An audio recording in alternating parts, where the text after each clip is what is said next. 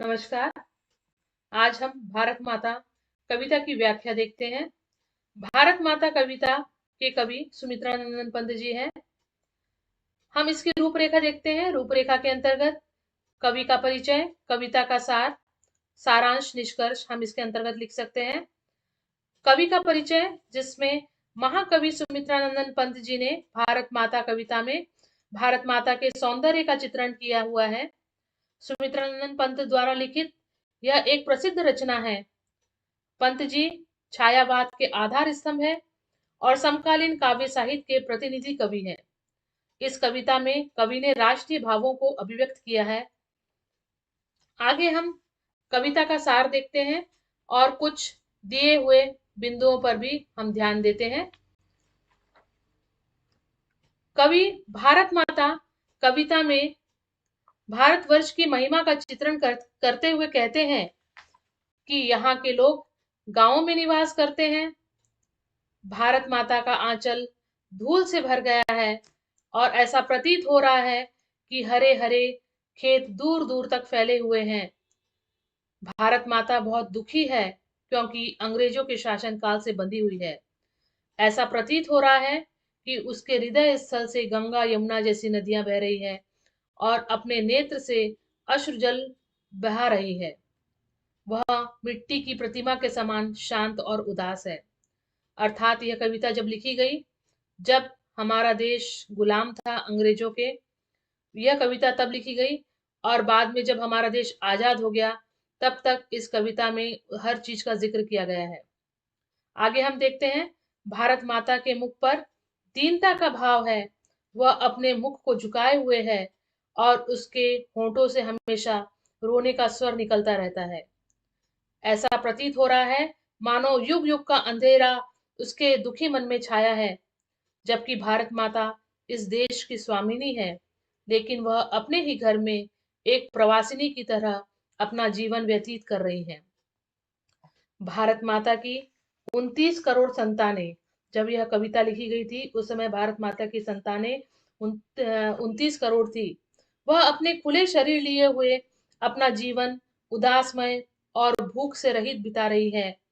उसका शोषण किया जा रहा है और जो लोग मूर्ख हैं, जो अनपढ़ है, जो अज्ञानी है, जो असभ्य है, जो गरीब है, उनका मस्तक हमेशा झुका रहता है और ऐसा लग रहा है कि मानो खुले वृक्ष के नीचे अपना जीवन बिता रहे हो। भारत माता की संतानें पैदल चलने वाली है, लेकिन हमेशा अंग्रेजों द्वारा उन्हें कुचला जा रहा है। वैसे तो वह धरती सहनशील है, लेकिन अत्याचारों से उसका मन कुंठित हो गया है। उसके दुखी होंठ कांप रहे हैं और मौन रूप में मन ही मन हास्य भी कर रहे हैं और ऐसा प्रतीत हो रहा है मानो चंद्रवासिनी को राहु ने ग्रास लिया हो। उसका मस्तक चिंताग्रस्त है, उसके चेहरे पर अंधकार छाया है और वह अपने झुके नैनों से बहुत दुखी है। और आगे जब हम इस कविता को देखते हैं तो इस समय हमारा देश आजाद हो चुका है। तो आगे इस कविता में यह प्रस्तुत किया गया है कि कवि कह रहे हैं कि अचानक उसके चेहरे पर आनंद छा जाता है और उसकी ऐसी स्थिति है जिस प्रकार गीता दर्शन में ज्ञान के द्वारा सारे संसार में प्रकाश फैला दिया हो। लेकिन अब वह अज्ञानी रूपी अंधकार से उबर चुकी है और उसने जो अपनी संतानों को शांति का पाठ पढ़ाया और मन से भय को दूर दूर कर लिया हो, ऐसी स्थिति भारत माता के सामने उपस्थित है। उसने सारे संसार को अंधकार व भ्रम से दूर कर दिया है। वह सारे संसार की जननी है, वह माँ है और जीवन का विकास करने वाली है। अब वह अपने दुखों को भूलकर सुख और चैन की ओर अग्रसर हो रही है। प्रस्तुत कविता में यह समझ में आ रहा है कि जब यह कविता लिखी गई थी उस समय अंग्रेजों का शोषण हमारे लोगों पर हो रहा था और अचानक ही जब हमें आजादी मिल जाती है तो अब उनके चेहरे पर आनंद छा गया है। जो लोग मूर्ख थे, अनपढ़ थे, अज्ञानी थे, जिनका शोषण हो रहा था, अब वह लोग अज्ञानी नहीं है, मूर्ख नहीं है, अनपढ़ नहीं है। अब वह अपने दुखों को भूलकर सुख और चैन की ओर अग्रसर हो गए हैं।